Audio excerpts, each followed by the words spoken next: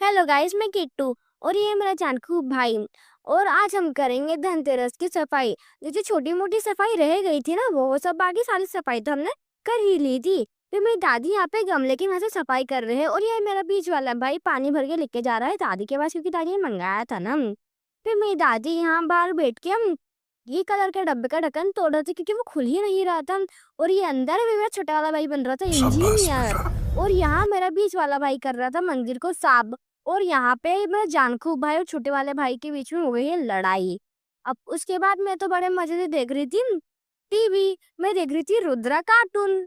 अब उसके बाद दादी यहाँ पे कलर पोतने लग गए। दादी बोलती कि ये तो निकल ही जाता है, तो अपन यहाँ कलर ही पेंट कर देते हैं। मतलब हाँ ठीक है, कलर अच्छा भी लग रहा है।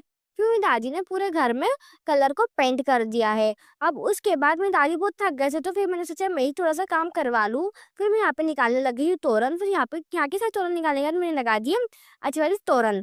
अब उसके बाद मेरा जानकू भाई आया, बोलता कि ला तू मेरे को काम बता। तो फिर मैंने बोला ये सब साफ कर। तो फिर वो बंदर वहां पे चढ़ गया ऊपर। फिर ये बंदर ने मेरे से मांगी खानदानी झाड़ू। फिर मैंने उठाई अपनी खानदानी झाड़ू और फिर मैंने दी अपनी खानदानी झाड़ू हमारे ये बंदर को।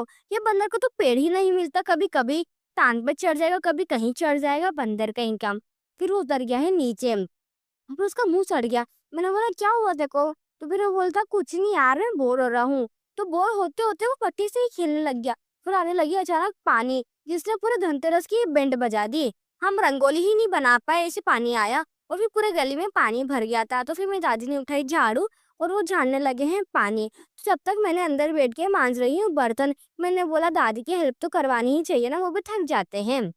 अब उसके बाद हम निकल जाते हैं मार्केट। दादी मुझे कपड़े दिलाने लेके जा रहे थे, तो दादी मैं और मेरा जान खूब हम निकल जाते हैं मार्केट की ओर। तो गाइस पानी आने के बाद भी हमारे वहाँ कितनी चहल पहल हो रही है। फिर हम पहुंच जाते हैं यहाँ मार्केट और यहाँ शॉप पर तो बड़ी भीड़ हो रही थी। फिर फिर हमने देखे कि मेरे लिए कपड़े हैं। तो फिर सबसे पहले हमने देखा ये ग्रीन वाला सूट, जो कि मुझे पसंद नहीं आया। फिर देखा ये पिंक वाला, वो तो बड़ा ही सुंदर था।